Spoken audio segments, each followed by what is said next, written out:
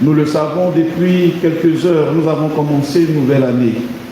Et quel meilleur guide que Marie, la Mère de Dieu, pour nous accompagner dans ce passage, dans ce nouveau cheminement, dans ce nouveau chapitre de nos vies. L'Église, quant à elle, nous invite aujourd'hui à contempler cette femme simple de Nazareth qui a accueilli dans son sein le Fils de Dieu et qui, dans le silence, a gardé et médité toutes choses dans son cœur. Dans la première lecture de ce jour, nous avons une bénédiction magnifique. Que le Seigneur te bénisse et te garde, qu'il fasse briller sur toi son visage, qu'il t'apporte la paix. Frères et sœurs, quelle belle parole pour commencer l'année. C'est également pour nous une prière à nous dire les uns aux autres tout au long de ce mois, voire même tout au long de cette année. Nous avons tous besoin de cette bénédiction. Nous ne savons pas ce que 2026 nous réserve, mais nous savons que Dieu veut nous accompagner, Dieu veut nous protéger, mais Dieu veut surtout nous donner sa paix.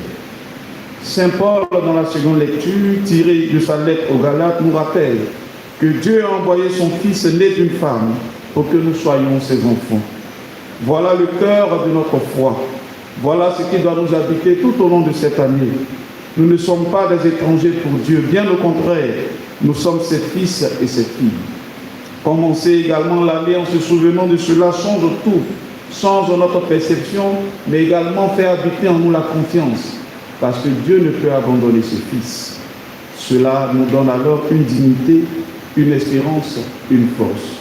Montrons-nous dignes de cette élévation à laquelle Dieu nous place.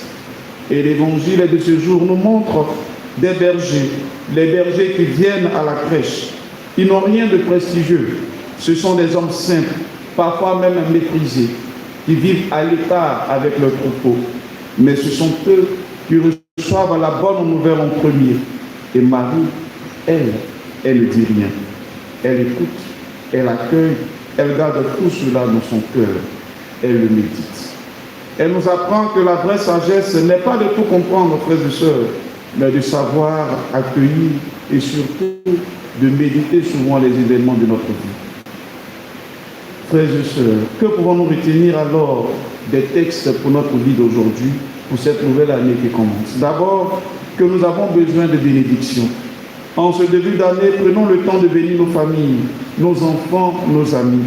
Une bénédiction, ce n'est pas une formule magique, mais c'est une parole qui ouvre un chemin de paix, un chemin d'espérance, un chemin de confiance. Ensuite, que nous sommes des enfants de Dieu. Cela veut dire que nous ne devons pas vivre dans la peur ou le découragement ou sans espérance. Même si l'année passée a été difficile, même si nous portons encore les blessures de ce que nous avons vécu l'an dernier, nous avons un Père qui nous aime et qui nous appelle à la liberté et qui veut nous donner sa paix en cette année. Enfin, que nous devons apprendre de Marie à garder et à méditer les événements de notre vie.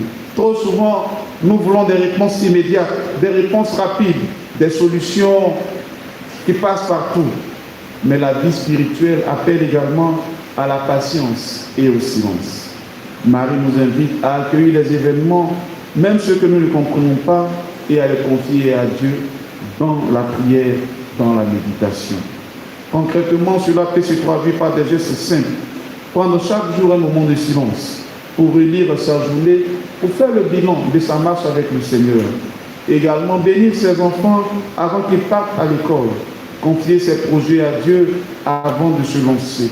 Ce sont de petites choses, mais qui au fil des jours de cette année vont nous transformer profondément, vont nous transformer pour correspondre davantage à ce que Dieu attend de nous. En somme, frères et sœurs, en ce 1er janvier, nous pouvons entrer dans l'année avec confiance.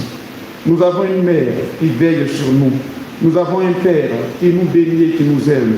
Nous avons également un Sauveur qui marche à nos côtés tout au long de cette année.